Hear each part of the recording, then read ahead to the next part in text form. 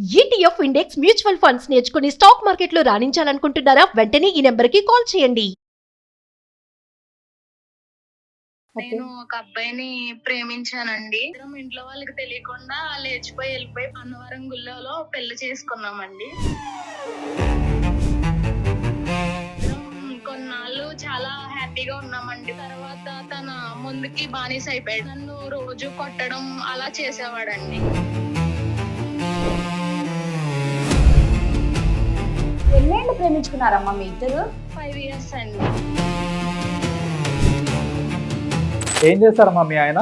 AC work చేస్తాడండి. ఇప్పుడు చేస్తున్నాడా మానేశాడా? లేదండి, మొత్తం మానేశాడండి. మానేసి మా పిల్లోడిని అమ్మేయడానికి కూడా చూశాడండి. సుమన్ టీవీ నుంచి మాట్లాడుతున్నానండి, నిపులాంటి నిజం నుంచి. మీ అమ్మాయి మా దగ్గరికి వచ్చారు.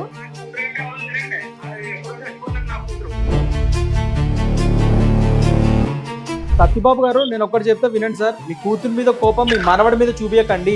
మీ అమ్మాయితో మాట్లాడతారా ఒక్కసారి?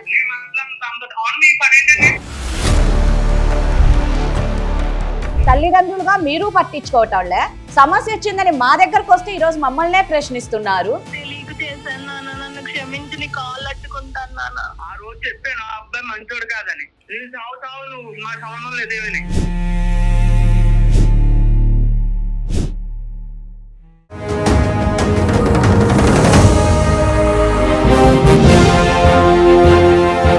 నమస్తే, నిపులాంటి నిజం కార్యక్రమానికి స్వాగతం.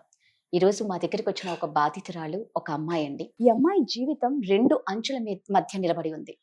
ఒకటి తల్లిదండ్రులు, 2 ప్రేమించి పెళ్లి చేసుకున్న అబ్బాయి అంటే మొగుడితో. అంటే ప్రేమకు ఎంత ఆకర్షణ శక్తి ఉంటుందంటే అది అందరికీ తెలిసిన విషయమే. ఎవరినైతే ఏ ప్రేమ కోసం అయితే కుటుంబాన్ని వదిలి వెళ్ళిందో ఈరోజు అదే ప్రేమ ఆమెను, ఆమె బిడ్డ జీవితాన్ని నాశనం చేస్తుంది. నిజంగా మనం ఆలోచించకుండా తీసుకునే స్టెప్ ఎంత భయంకరంగా ఉంటుందంటే, ముఖ్యంగా పెళ్లి అనేది చాలా ఇంపార్టెంట్ అండి.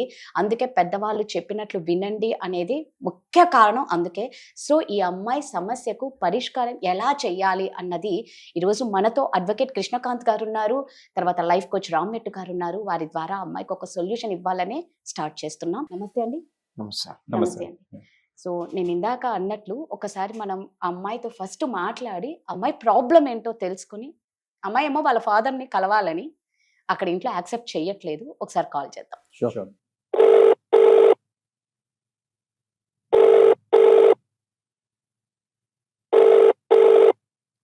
హలో హలో, అమ్మ జ్యోతినా? అవును. నేను సుమన్ టీవీ నిపులాంటి నిజం కార్యక్రమం నుంచి కాల్ చేస్తున్నానమ్మా. ఇక్కడ అడ్వకేట్ కృష్ణకాంత్ గారు ఉన్నారు, లైఫ్ కోచ్ రామ్మెట్టు గారు ఉన్నారు. ఒకసారి మీ సమస్య చెప్పండి. ఏ ఊరు నుంచి కాల్ చేస్తున్నారు మీరు? అమలాపురం నుంచి మేడం. నాకు ఈ అవకాశం ఇచ్చినందుకు thank you so much madam.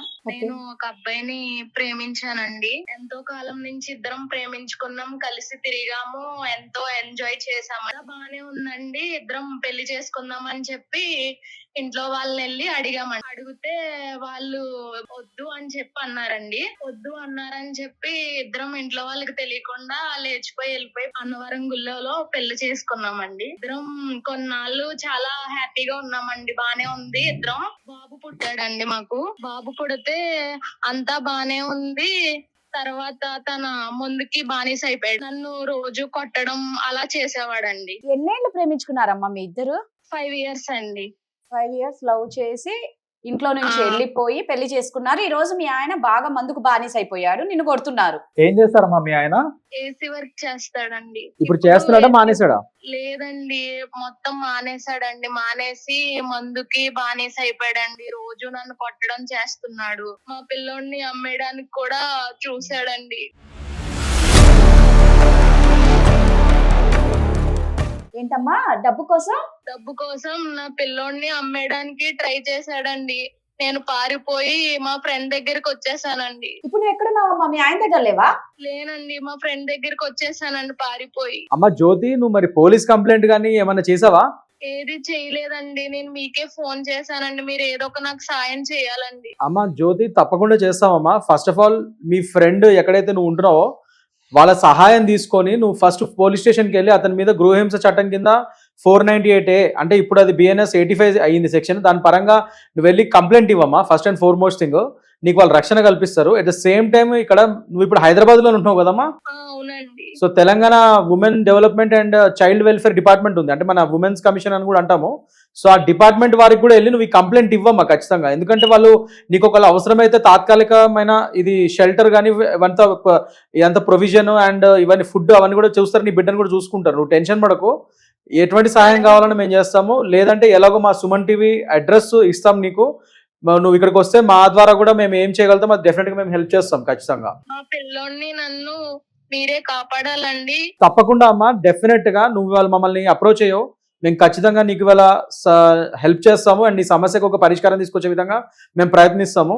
ఇప్పుడు కంప్లైంట్ పరంగా న్యాయపరంగా అయితే మేము హెల్ప్ చేస్తామమ్మా, కానీ ఇప్పుడు నువ్వే ఇంకా అది కాకుండా ఇంకేం కోరుకుంటున్నావు? నన్ను మా పిల్లవాడిని మా కుటుంబాన్ని కలపండి ప్లీజ్ అండి. తప్పకుండా అమ్మా, తప్పకుండా. కుటుంబాన్ని అంటే ఎవరితోటమ్మా? నువ్వు అంటే నీ హస్బెండ్ తోటి అంటున్నావా, లేకపోతే మా అమ్మగారు మా నాన్నగారు అండి. వాళ్ళతో కలిపేది ఏంటమ్మా? మా పిల్లోడిని నన్ను కలపండి, మా ఆయన టార్చర్ నేను అలా కదమ్మా, అంటే మీ అమ్మ నాన్న ఇప్పుడు నిన్ను దగ్గరికి తీసుకోవట్లేదు, ఈ విషయం వాళ్ళకి చెప్పావు అసలు ఈ సమస్య ట్రై చేసావా వాళ్ళతో మాట్లాడనీకి, నీ సమస్య చెప్పుకోనికి ఎప్పుడైనా ముందుకెళ్ళావా? వాళ్ళకి ఫోన్ చేశానండి, చేస్తే ప్రేమించి ఇష్టపడి చేసుకున్నావు కదా, ఇంకా నీకు నాకు సంబంధం లేదు అని చెప్పి అంటున్నారండి. అమ్మా ఇప్పుడు ఐ కెన్ అండర్స్టాండ్ మీ అమ్మ నాన్న బాధని అర్థం చేసుకోగలుగుతాను, ఎందుకంటే నువ్వు వాళ్ళకి ఇష్టం లేని పెళ్లి చేసుకుని ఇంట్లో నుంచి వెళ్ళిపోయావు కాబట్టి. ఇవాళ రోజు నువ్వు మళ్ళీ అతను మంచోడు కాదని చెప్పి వీళ్ళ దగ్గరికి వెళ్దాం అనుకుంటే వాళ్ళు నేను యాక్సెప్ట్ చేయట్లేదు, నాకు అర్థమైంది అది.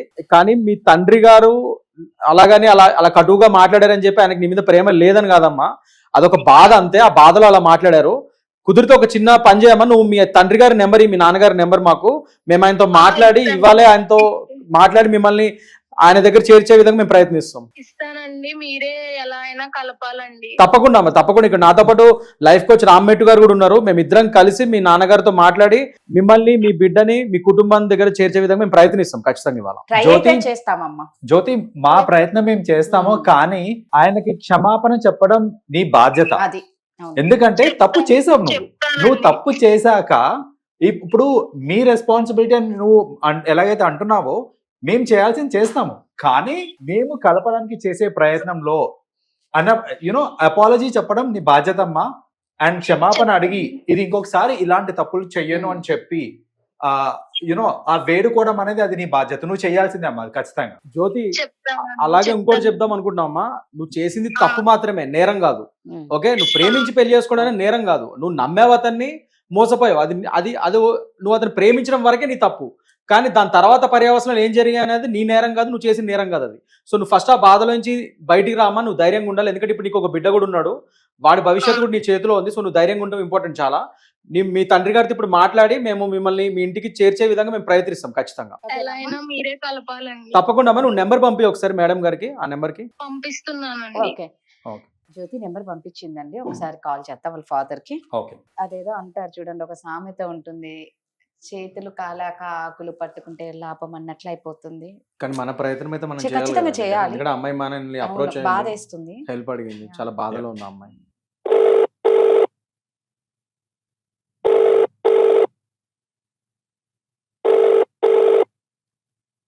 హలో సత్యబాబా. సత్యబాబు గారు, నేను సుమన్ టీవీ నుంచి మాట్లాడుతున్నానండి, నిప్పులాంటి నిజం నుంచి. మీ అమ్మాయి మా దగ్గరికి వచ్చారు. జ్యోతి అండి.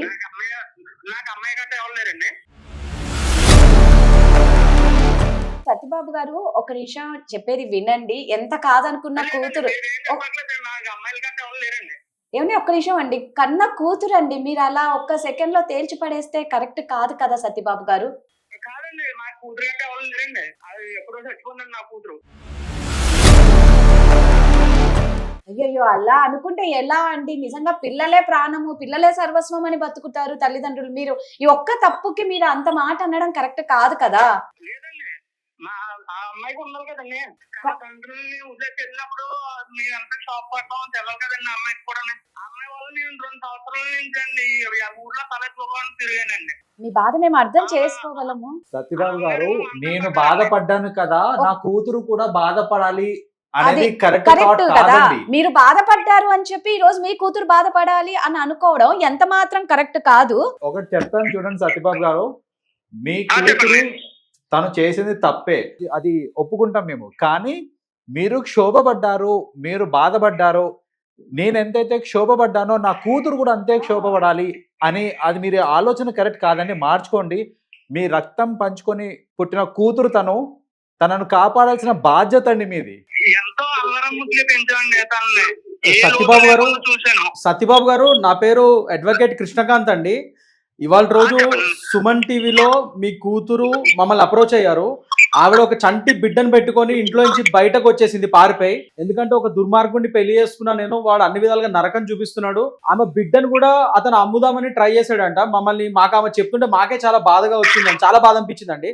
ఒక తండ్రిగా నాకు తెలుసు సత్యబాబు గారు, వాళ్ళ రోజు మీతో కోపం మాట్లాడిపిస్తుంది, కానీ మీ లోపల కూడా ఎంత బాధ ఉందో నేను అర్థం చేసుకోగలను. మీ బాధ మీరు ఎంత కాదనుకున్నా మీ కన్న కూతురు మీద మీకు ఒక బాధ ఉంది. ఆవిడ వాళ్ళ రోజు పడుతున్న బాధల్ని చూస్తుంటే మీకు కూడా బాధ ఉందన్న విషయం మీరు ఎంత బయటకు చెప్పకపోయినా మాకు తెలుస్తుంది. సో దయచేసి ఐ కెన్ అండర్స్టాండ్, కానీ కోపం కూడా ఉంది మీకు. ఆ కోపాన్ని పక్కన పెట్టి కొంచెం సేపు ఒక తండ్రిగా ఆలోచించండి సత్యబాబు గారు, ప్లీజ్.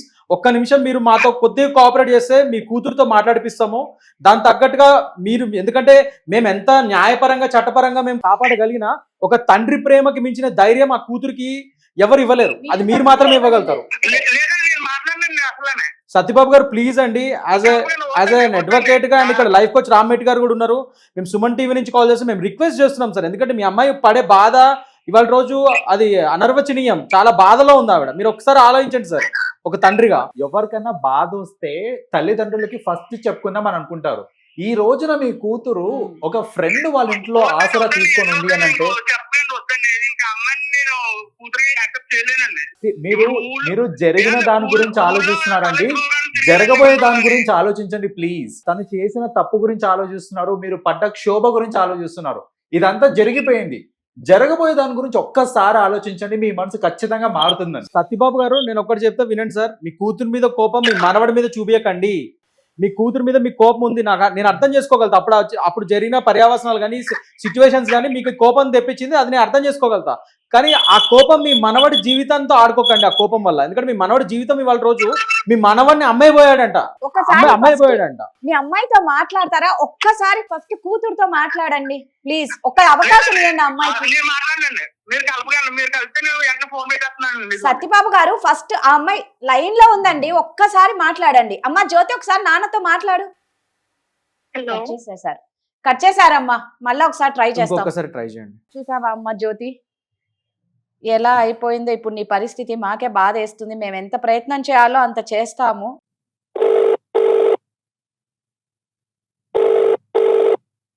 సత్యబాబు గారు, దయచేసి ఫోన్ పెట్టకండి ప్లీజ్, ఒక్కసారి అర్థం చేసుకోండి. ఒక్కసారి మీ అమ్మాయితో మాట్లాడండి. మేము తర్వాత ఇంకా మీకు అసలు మిమ్మల్ని డిస్టర్బ్ కూడా చెయ్యము. సత్యబాబు గారు ఏమండి కదా, చూసారా, తల్లిదండ్రులుగా మీరు పట్టించుకోవటంలే, సమస్య వచ్చిందని మా దగ్గరకు వస్తే ఈ రోజు మమ్మల్నే ప్రశ్నిస్తున్నారు. కొంచెం అర్థం చేసుకోవాలి కదండి. ఎంత కాదనుకున్నా మీకు ఒక్కటండి, మీ కూతురు. ఒక్కసారి మాట్లాడండి కొంచెం. అవునండి, కరెక్టే కదా, నేనేం కాదని చెప్పలే, మీ బాధను అర్థం చేసుకున్నా. కానీ ఈ రోజు మీ మనవడిని ఆయన అమ్ముతున్నాడు అంటే ఆ అమ్మాయి అక్కడి నుంచి వచ్చి వాళ్ళ ఫ్రెండ్ ఇంట్లో ఉందండి.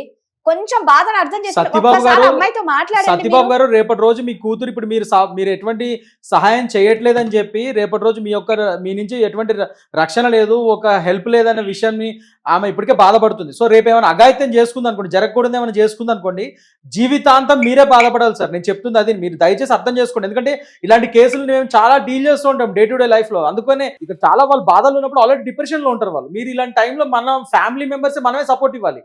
మీరు దయచేసి ఒక్క 5 నిమిషాలు మాట్లాడండి సార్ మీ అమ్మాయితో, మా రిక్వెస్ట్ ఇది సుమన్ టీవీ నుంచి. సత్యబాబు గారు, జ్యోతి ఒకసారి లైన్ లో ఉంది, మాట్లాడండి. జ్యోతి మాట్లాడమ్మా, మీ నాన్న లైన్ లో ఉన్నారు. హలో నాన్న. ఇన్ని రోజులు గుర్తొచ్చామా మేము? అది కాదు నాన్న. ఇన్ని రోజులు గుర్తొచ్చామా? నువ్వు వెళ్ళిపోయావు, బాగానే వెళ్ళిపోయావు. నీకు ఎంత ముద్దుగా చూసుకున్నాను నిన్ను, ఏ రోజు లేకుండా చూసుకున్నానా? పడింది. సత్యబాబు గారు, మీరు తిడతారని లైన్ కలపలేదండి మేము. కాసేపు సహనంగా ఉండండి, తను చెప్పేది వినండి ప్లీజ్. ఏదో తెలియక చేసిన తప్పు నాన్న, నన్ను క్షమించి నాతో మాట్లాడు నాన్న, ప్లీజ్ నాన్న. చేసిన చిన్న తప్ప నువ్వు? లేదు నాన్న. మరి నేను వెళ్ళిపోయినప్పుడు ఏం గుర్తొచ్చాము నీకు మేము? ఏదో తెలియక చేశాను నాన్న, నన్ను క్షమించి ఒక్కసారికి. ఆ రోజు చెప్పాను ఆ అబ్బాయి మంచోడు కాదని. విన్నావా? వినలేదు. జీవితంలో ఇప్పుడు దాకా రోడ్డు మీద పాలేసి ఇప్పుడు మళ్ళీ ఛానల్ లో తీసుకొచ్చావు, మొత్తం దేశం అంతా తెలిసిలాగానే. అది కాదు నాన్న, నేను మంచోడు అనుకుని పెళ్లి చేసుకున్నాను. ఇప్పుడేమో నాకు నరకం చూపిస్తున్నాడు. నీ కాళ్ళు పట్టుకుంటా, నన్ను క్షమించున్నాను. చిన్నప్పటి నుంచి అల్లరి ముద్ది పెంచిన తల్లిదండ్రుల మాటలు అప్పుడు వినపడవు మీకు. ఇప్పుడు సంవత్సరం 2 సంవత్సరాలు ప్రేమ మాత్రం మీకు ముందైపోద్ది ఎక్కువ. తెలియక చేశాను నాన్న, నన్ను క్షమించి నీ కాళ్ళు అట్టుకుంటాను నాన్న. నేను చావు నువ్వు, నా సంబంధం లేదేమని. నాన్న అలా అనకు సత్యబాబు నాన్న, గారు మీరే అన్నారు, మీ నోటితోటి అల్లారు ముద్దుగా పెంచాను అని మీరే అన్నారు. కానీ మీరు అలా పెంచుంటే గనక మీరు ఇలా మాట్లాడరండి. ఇవాళ మీ కన్న కూతురండి తను. నాకు తెలుసు మీకు చాలా బాధ వేస్తుంది, తను చేసింది అతిపెద్ద తప్పు అని తెలుసు. అది తప్పు మాత్రమేనండి, నేరం కాదు. ఇందాక కృష్ణకాంత్ గారు చెప్పినట్టు అది నేరం తప్పు. కాదు. అంతే. తప్పులు ఎవరన్నా చేస్తారు. సత్యబాబు గారు నేను మిమ్మల్ని ప్రశ్నిస్తున్నానండి, మీరు జీవితంలో ఏ తప్పు చేయలేదా? మీరు ఎలాంటి తప్పు చేయకుండా పెరిగారా? తప్పులు చేయడం సహజం అండి. అవును. మీరు పెద్ద మనిషి, మీరేనే. మీరు పెద్ద మనిషి, పెద్ద మనసు చేసుకొని కన్న కూతురు చేసిన తప్పుని దాన్ని క్షమించడం అనేది మీ బాధ్యత అండి. తను చేసింది ఏం చిన్న తప్పండి. సత్యబాబు గారు తను వెళ్ళిపోయే ముందు తల్లిదండ్రులు సత్యబాబు గారు. వాళ్ళు ఏమవుతారని ఆలోచించాలి కదండి. సత్యబాబు గారు మీరు చెప్పేది నేను 100% ఏకీభవిస్తున్నానండి. మీ బాధ నేను అర్థం చేసుకోగలుగుతా. కానీ ఇందాక ఇప్పుడు రామెట్టు గారు చెప్పినట్టు పిల్లలు ప్రతి మనిషి తప్పు చేస్తాడండి. పిల్లలే కాదు, ప్రతి మనిషి తప్పు చేస్తాడు. చేస్తున్నప్పుడు మనం అప్పుడు నిందిస్తాము, తిడతాము, అన్నీ చేస్తాం. కానీ ఆ తప్పు జరిగిపోయిన తర్వాత ఆ పిల్లల్ని మళ్ళీ కాపాడుకోవాల్సిన బాధ్యత తల్లిదండ్రులుగా మనకు ఉంటుంది. సో ఖచ్చితంగా ఇవాళ రోజు ఇప్పుడు మీకు మీ కూతురే కాదు, మీకు మనవడు కూడా ఉన్నాడు. సో మీ కూతురు మీద కోపం సార్, మీ కూతురు మీద కోపం మీ మనవడి మీద చూపించకండి.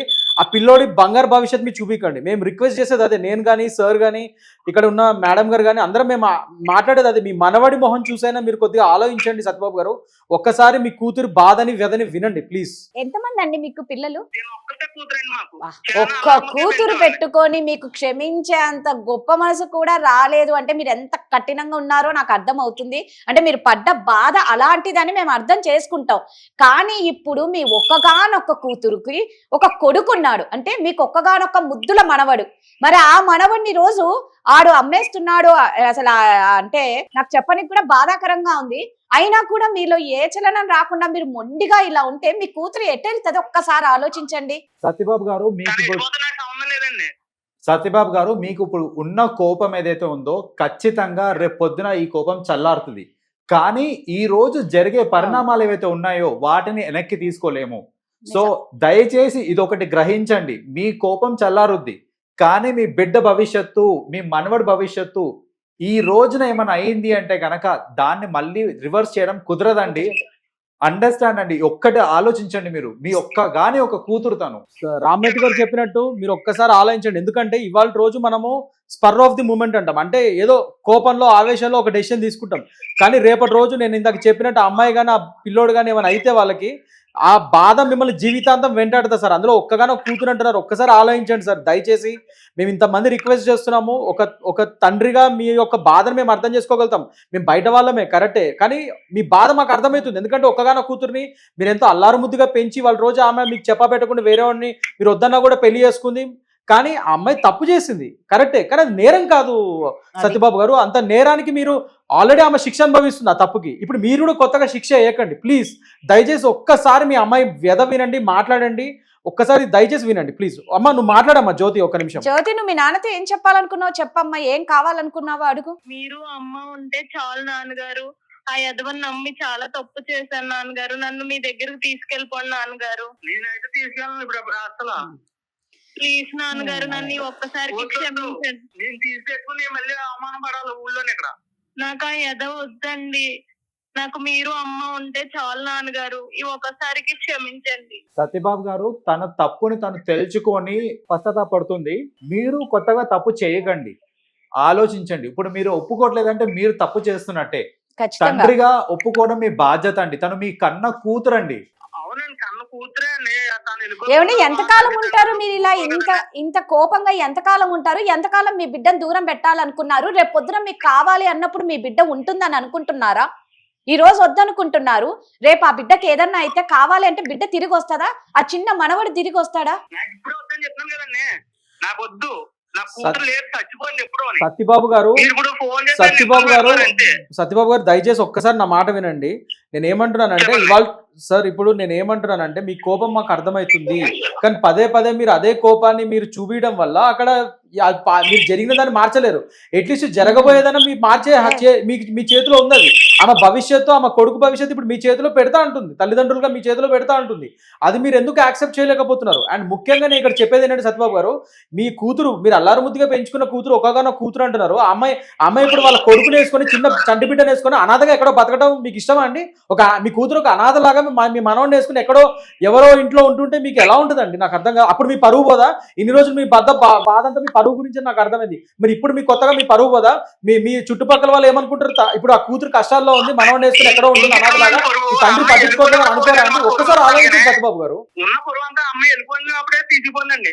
నలుగురు ముందు తలెత్తుకోలేకపోయాను మనం. నలుగురు ముందు అంటే సత్యబాబు గారు మీకు సూటిగా ఒక ప్రశ్న అడుగుతానండి మిమ్మల్ని. మీకు మీ కుటుంబ సభ్యులు ఇంపార్టెంటా, ఆ సమాజంలో ఉంటే నలుగురు ఇంపార్టెంటా? ఎవరు ఎక్కువ అండి మీకు? ఇంట్లో వాళ్ళండి. ఇంట్లో వాళ్ళు ఇంపార్టెంట్ అన్నప్పుడు మీరు మీ మాటల్లో చూడండి, నలుగురు ముందు నా పరువు తీసింది, నలుగురు ఏమనుకుంటారు? మీరు పద్దాక అదే అంటున్నారు. కానీ నా కూతురు కష్టాల్లో ఉంది, నా కూతురు క్షోభపడుతుంది అక్కడ. ఇవి ఆలోచించండి ఒకసారి. ఇది ఆలోచించి మన కుటుంబ సభ్యులు బాధలో ఉన్నారు అని ఒక్కటి గ్రహించి ఈ నలుగురు ఏమనుకుంటారో అనేది పక్కన పెట్టారనుకోండి, మీరు ఖచ్చితంగా మీ కూతుర్ని యాక్సెప్ట్ చేయగలుగుతారండి. సత్యబాబు గారు అలానే ఇప్పుడు రామ్మెట్టు గారు అన్నట్టు ఆ నలుగురు గురించి ఆలోచన పక్కన పెట్టి ఫస్ట్ మీ కుటుంబం గురించి ఆలోచించమంటున్నారు. ఎట్ ద సేమ్ టైం మీరు ఆ నలుగురు గురించి కూడా ఆలోచిస్తున్నారు కదా. మరి అదే నలుగురు మళ్ళీ నేను ఇందాక చెప్పినట్టు మీరు ఇప్పుడు మీ కూతుర్ని మనోని అనాథగా వదిలేసినా కూడా మిమ్మల్ని అనుకుంటారు. ఇదేంటి సొంత తండ్రి అయ్యుండి ఇలా కూతురు ఇప్పుడు కష్టాలు ఉంటే రోడ్డు మీద వదిలేసి అనుకోరా? ఇప్పుడు మరి అప్పుడు ఆ నలుగురు మీ గురించి అనుకోరా అండి? నేను చెప్పేది సో అదే చెప్తున్నా. మనం సమాజంలో బతుకుతున్నాము, మనదొక కుటుంబ వ్యవస్థ ఉంది. మన పిల్లలు తప్పులు చేస్తే మనం క్షమించి వాళ్ళని మళ్ళీ మనం వాళ్ళకి ఒక అండదండగా ఉండి వాళ్ళని కాపాడాలి. కానీ తప్పు చేశారు కదా ఇంకా నీకు నాకు సంబంధం లేదంటే అది కాదండి. సత్యబాబు గారు ఇవాళ రోజు మీరు మీ యొక్క ఉదంతం వేరే తల్లిదండ్రులకు ఒక ఎగ్జాంపుల్ కావాలి. నేను చెప్పేది అది. మిమ్మల్ని చూసి వేరే తల్లిదండ్రులు కూడా వాళ్ళ పిల్లల్ని జాగ్రత్తగా ఎలా పెంచుకోవాలో, ఒకవేళ పిల్లలు తప్పటడుగులు వేసినా కూడా తర్వాత వాళ్ళని వీళ్ళు ఎలా కాపాడుకోవాలో ఇదంతా ఒక ఎగ్జాంపుల్ గా అవుతుంది సార్. మా ప్రోగ్రామ్ ద్వారా మేము చెప్పదలుచుకునేది కూడా అదే. అందుకని ప్లీజ్ దయచేసి మీ జ్యోతి గారి జీవితంలో వెలుగులు నింపాలి. ఆమె పేరు మీరు జ్యోతి అని పెట్టారు ఎంత ఇష్టపడి. కానీ నిజంగానే ఆమె జీవితంలో ఇప్పుడు మీరు జ్యోతిని వెలిగించే సమయం వచ్చింది సార్. ఒకసారి ఆలోచించండి. చూడండి సత్యబాబు గారు, మీకు మీ కుటుంబం వాళ్ళు కావాలా, ఆ నలుగురు ఉన్న సొసైటీ కావాలా? ఒక్కసారి ఆలోచించుకోండి. మీరు ఆ సొసైటీ సమాజం అంటూ మీ పిల్లల్ని, మీ మనవణ్ణి, ముద్దు మనవణ్ణి కూడా వదిలేసుకుంటారు. జీవితంలో పోగొట్టుకునేవి ఏవి సాధించుకోలేము, ముఖ్యంగా మనుషుల్ని. సరే మీరు చెప్తున్నారు కాబట్టి ఎంతన్నా పంపించండి. మా ఇంట్లోనే ఉంటది, మా ఇంట్లోనే తింటది. నేను మాట్లాడరా మీరు? మాట్లాడండి. ఇంకా మా ఇంట్లోనే ఉంటది, మా ఇంట్లోనే తింటది. సరే అండి, ఓకే. మేమైతే ఆమెను పంపించే ప్రక్రియ చేస్తాము. ఆమెను బస్ ఎక్కించి మీరు కొద్దిగా అక్కడ రిసీవ్ చేసుకోండి. సరే అండి, ఏదో ఒకటి ఈ మాత్రమైనా ఒప్పుకున్నారు, సంతోషం. కొద్దిగా చూడండి. చేసేసాడు ఆయన. అమ్మా జ్యోతి, చెప్పండి మేడం. మీ నాన్న మాటలు విన్నావు కదమ్మా, ఇంటికంట వెళ్ళు. మీ నాన్న అయితే మాత్రం మీతో మాట్లాడరు, మిమ్మల్ని చూడడం కూడా ఆయనకి ఇష్టం లేదు. ఇకేదో మీ అమ్మ ఎలాగో మంచాన ఉందన్నారు, మీరు ఆ కొడుకుని తీసుకొని వెళ్తే వాళ్ళ మనసు మారొచ్చు పెద్దవాళ్ళది. అప్పుడు మీరు మళ్ళా మీ నాన్న కలిసే అవకాశం అయితే ఖచ్చితంగా ఉంది. అమ్మా జ్యోతి, కొద్దిగా ఇనిషియల్ గా నీకు కొద్దిగా ఇబ్బంది ఉంటది అక్కడికి వెళ్ళినందుకు. కొద్దిగా మీ నాన్న నీతో మాట్లాడకపోవడం ఎంత ఇబ్బంది ఉండొచ్చు. కానీ నువ్వు కొద్దిగా ధైర్యాన్ని మాత్రం కోల్పోకమ్మా. కొన్ని లోపి పట్టు, కొద్దిగా టైం ఇవ్వ ఆయనకి. ఖచ్చితంగా ఆయన మారుతారు, నిన్ను యాక్సెప్ట్ చేస్తారు, నేను నీ బిడ్డని. నువ్వు మాత్రం ఇంటికి వెళ్ళిపో ఫస్ట్. దానికంటే ముందు నేను చెప్పినట్టు నీకు ఎటువంటి సహాయం కావాలన్నా కావాల్సిన మా టీం పంపిస్తాను నేను. నువ్వు ఫస్ట్ వెళ్ళి మీ హస్బెండ్ మీద ఈ కంప్లైంట్ ఇవ్వు. అండ్ ఉమెన్ కమిషన్ కి వెళ్ళి కూడా కంప్లైంట్ ఇవ్వు. కొద్దిగా 100% నువ్వు కంప్లైంట్ ఇచ్చి అతన్ని చట్టపరమైన చర్యలు అయితే తీసుకోవాలమ్మా. ఇది మాత్రం వదిలిపెట్టకూడదు. అండ్ మీ నాన్న దగ్గరికి వెళ్ళు, అక్కడైతే నీకు సేఫ్టీ. ఓకేనామ్మా? ఇంకోటమ్మా, నువ్వు మీ నాన్న దగ్గరికి వెళ్ళిన తర్వాత ఖచ్చితంగా గొడవలు అనేవి జరుగుతాయి. అరుస్తారు, నిన్ను తిడతారు, నిందిస్తారు.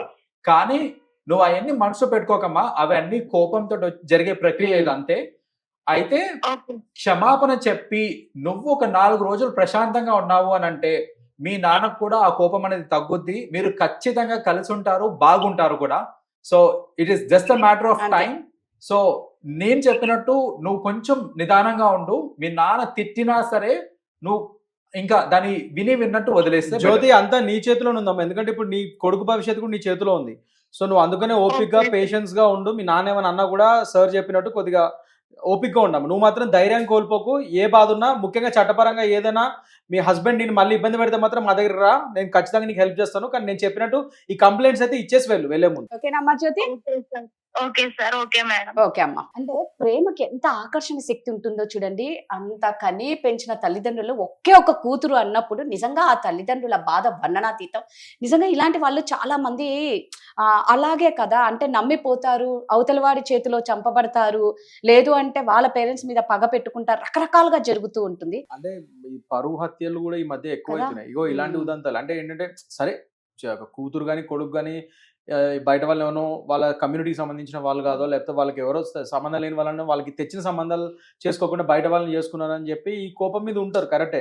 కానీ వాళ్ళ కష్టాలు ఉన్నప్పుడు వాళ్ళని మనం ఆదుకోవాలి అన్న ఒక ఇది కూడా పేరెంట్స్ కొద్దిగా చూసుకోవాలి. ఎందుకంటే కరెక్టే, మిమ్మల్ని బాధ పెట్టి మీ పిల్లలు వెళ్ళిపోయారు ఇంట్లో నుంచి, కరెక్టే, వాళ్ళు చేసిన తప్పే 100%, మీకు కోపం ఉంటుంది.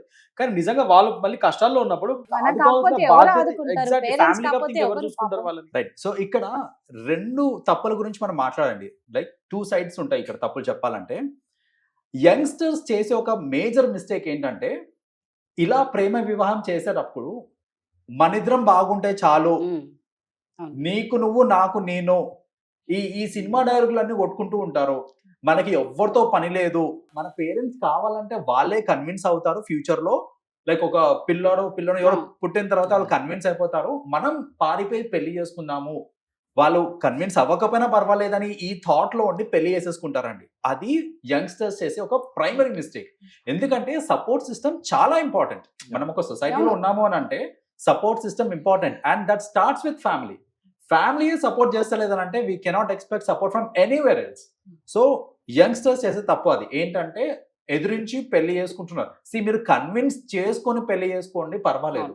అంతేగాని కుటుంబ సభ్యులను బాధ పెట్టి వాళ్ళకి చెప్పకుండా పారిపోయి పెళ్లి చేసుకొని, లేదు వాళ్ళు కాదన్నా సరే పెళ్లి చేసేసుకొని తర్వాత అన్ని సెట్ అవుతాయి అని అనుకుంటే అది ఒక మేజర్ మిస్టేక్. పెద్దవాళ్ళు చేసే మిస్టేక్ ఏంటంటే, సరే పిల్లలు చేసి తెలియకో తెలుసో చేశారు, మొత్తానికైతే మిస్టేక్ చేశారు. మిస్టేక్ అయిపోయిన తర్వాత ఆ జరిగిన దాని గురించే పట్టుకొని ఊగులాడుతూ పాకులాడుతూ ఉంటారే తప్ప, దీన్ని అంటే ఇప్పుడు ఫ్యూచర్ ఏంటి, వాళ్ళ ఆఫ్టర్ ఆల్ మన కిడ్స్, ఫ్యూచర్ ఏంటి, వాళ్ళకి ఏమైనా అయితే పరిస్థితి ఏంటి, దానికి బాధ్యులు ఎవరు, ఇవన్నీ ఆలోచించకుండా మొండిగా, ఇప్పుడు ఇందాక సత్యబాబు ఎట్లయితే చేశారో అలా మొండిగా ఉండడం అనేది కరెక్ట్ కాదు. ఇక్కడ ఒకటి రాధా గారు, ఇది 2 అంచుల పదునైన కత్తి లాంటిది. ఇక్కడ తప్పు ఉంది, అక్కడ తప్పు ఉంది. కానీ వీళ్ళు చేశారు కదా తప్పు అని చెప్పి మనం వాళ్ళని జీవితాంతం శిక్షించడం కూడా తప్పే. పేరెంట్స్ కూడా ఆలోచించాలి. సో తప్పు చేశారు, కరెక్టే, కానీ మీరు దాన్ని క్షమించి, మీరు పెద్దవాళ్ళు కదా at end of the day. అంటే మళ్ళీ ఇక్కడ పేరెంట్స్ ఏమంటారు, అన్ని మేమే క్షమించాలా అంటారు. అలా కాదు, కరెక్టే, మీకు కోపం ఉంటది, కానీ కొన్ని సందర్భాల్లో ఫ్యామిలీ. మళ్ళీ పిల్లలు తప్పు చేసినా, వాళ్ళు ఏం చేసినా, మనం చెప్పింది వినక వాళ్ళు చేసేసినా కూడా తర్వాత మాత్రం మనమే కాపాడాలి కదా at the end of the day. మనకు ఆ బాధ్యత ఉంటుంది. చాలా మంది అనుకుంటారు పిల్లలు ఒకసారి కన్నాము, మనం చెప్పింది వినలేదు, ఇంక వాళ్ళు వెళ్ళిపోయారు, మనకు సంబంధం లేదు. అలా కాదు. పిల్లలు అనేది ఒక లైఫ్ టైం ప్రాజెక్ట్ అంటే అయితే లైఫ్ లాంగ్ ప్రాజెక్ట్. వాళ్ళని ఎప్పుడు చూసుకోవాల్సిన బాధ్యత ఒక తల్లిదండ్రులు. నన్ను అడిగితే బతికినంత కాలం ఏదో విధంగా ఉంటూనే ఉంటది, తప్పదు, అంతే, అది సమాజం. థ్యాంక్ యూ అండి.